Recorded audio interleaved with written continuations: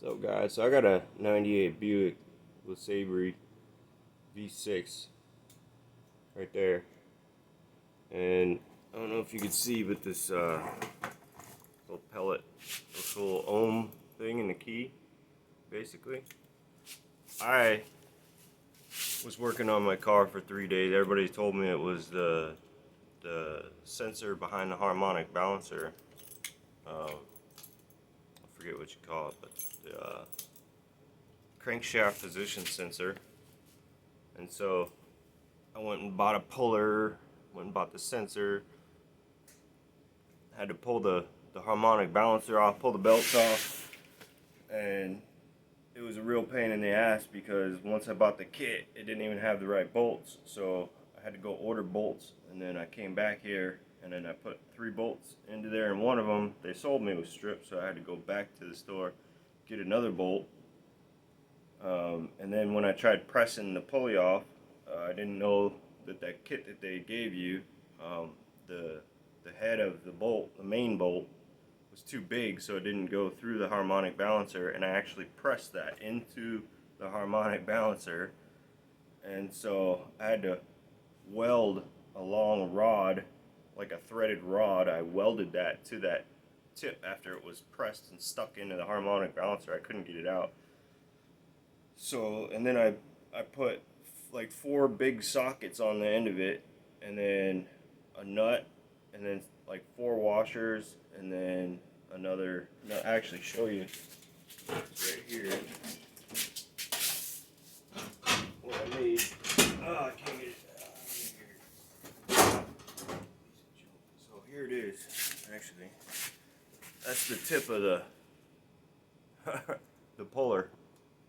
So I welded it on here, and I put like 5 sockets and I taped them together. Basically made my own puller.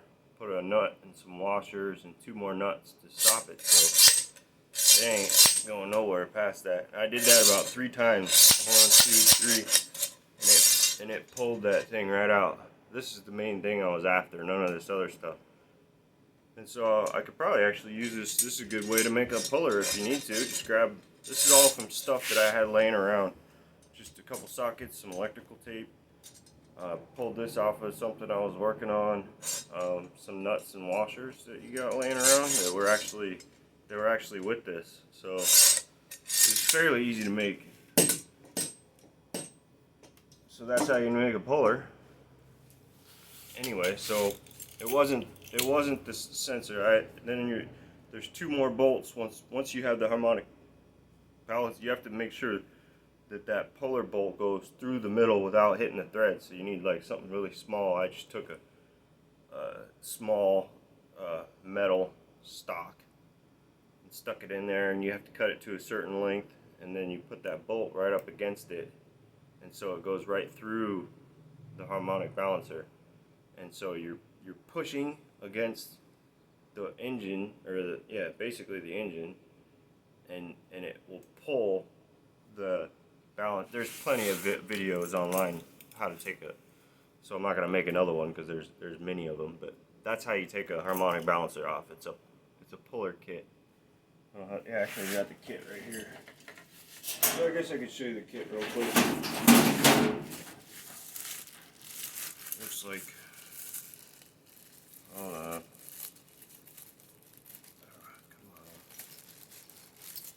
I'm trying to be quick because I don't want to make this video too long.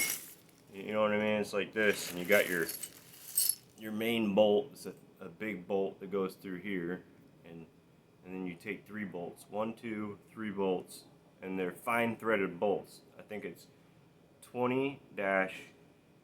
Wait, no, it's a quarter dash 28 thread by 3 inches. So if you need to go buy it for a 98 Buick LeSabre, this is only for that one.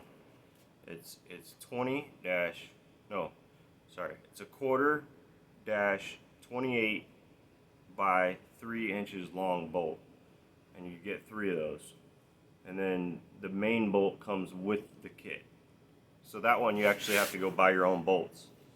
But you put the 3 bolts, they screw right into the harmonic balancer, and then this main bolt, you get like a small piece of metal and stick it through about yay long. You'll have to figure it out yourself, but then you screw this bolt up against that other bolt that you put into the middle of the harmonic balancer, and it'll push and pull. You just keep turning this screw and it'll pop that harmonic balancer out. There's other videos on it, so I'm sure you can find it.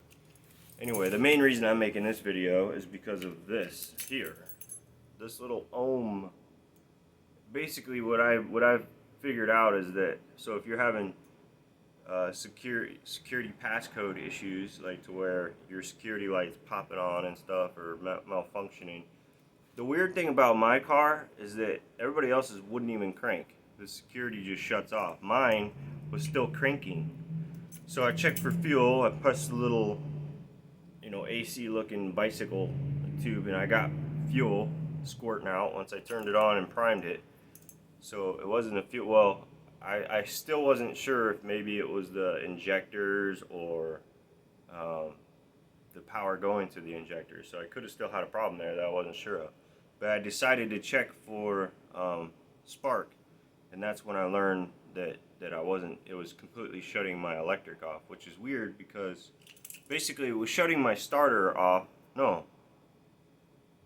I'm not sure what it shut off because I still had power to the car, but I wasn't getting spark to the plugs basically. So maybe it just shut my coils off because I didn't have any. I checked for spark from my coils and I didn't get. I put a tester light and touched it to this inside of this one of the spark number one spark. Actually, I did the one in I think 6.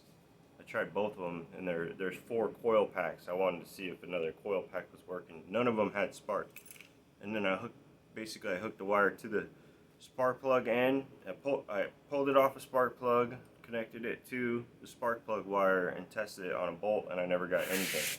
No jump. Like it wouldn't. Electric wasn't jumping off that at all. So I'm like, what the heck is going on, And I started watching these videos about passcode, but everybody else's, their car wouldn't even crank. Mine was still cranking. So anyway, I had a chainsaw file on my floorboard from work that I needed to put back in my lunchbox, and I was holding it in my hand, and I was watching these videos, and I had my key in my hand, and this is after like 2 or 3 days of trying to playing Battleship. I replaced that sensor. I replaced all the spark plug wires. I was down to just about whatever is right before your coils. So I think some kind of ECM, or I don't know what you call it. Basically, it gives power to your coils. I was thinking it might be that.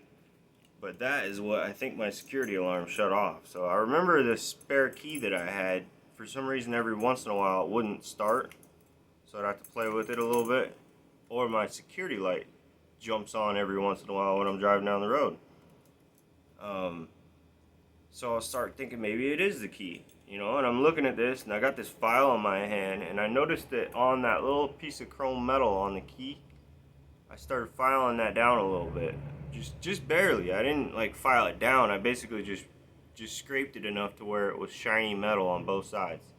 I got all the black off, kind of like battery connections, basically. You know what I mean? How you have to file them down a little bit. Well, that's pretty much what I did to this. And when I put the key in and I fired it, boom, it started right up. I'm like, you gotta be kidding me. All that work of trying to troubleshoot, figure out what it was, and it was the dang key. So check your key, folks. That's all I gotta say. You might have, all I know is if you have a crank no start, you might want to check your key first. Try making sure if you noticed that the security light was popping on, or if you ever had issues with your spare key, maybe, who knows. But that did it.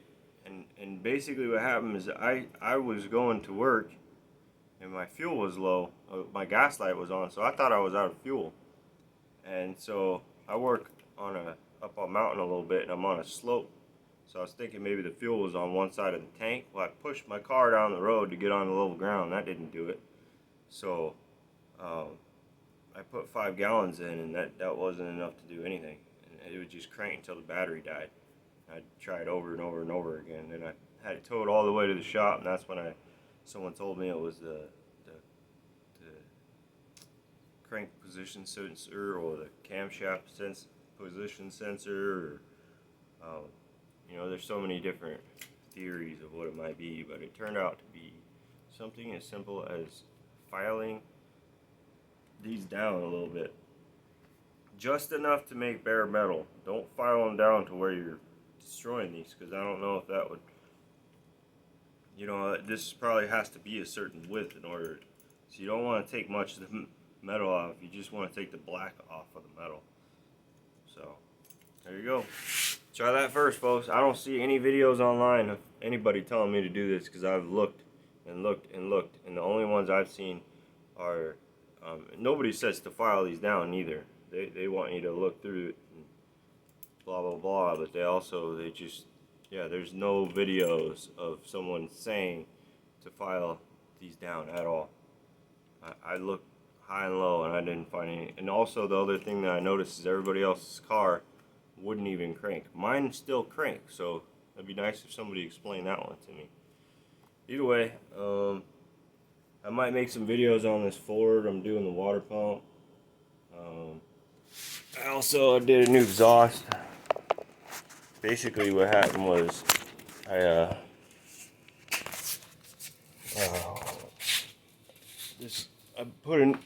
had an exhaust laying around the shop right there. Just the exhaust, not the pipe. All that piping I bought or pulled it off the car, but the old exhaust had a bunch of holes in it. And when I rented this shop out, that muffler was sitting in here, and it's a Raptor Flowtech muffler, and it was just sitting in here. I got a V6, so we'll see how it sounds. Maybe I'll make a video of how it sounds afterwards, but yeah, so I welded both sides of that pipe onto that muffler, got a couple of adapters, and then I painted it with some matte black high temp 1000-degree paint. And I'll show you the old one. Hold on.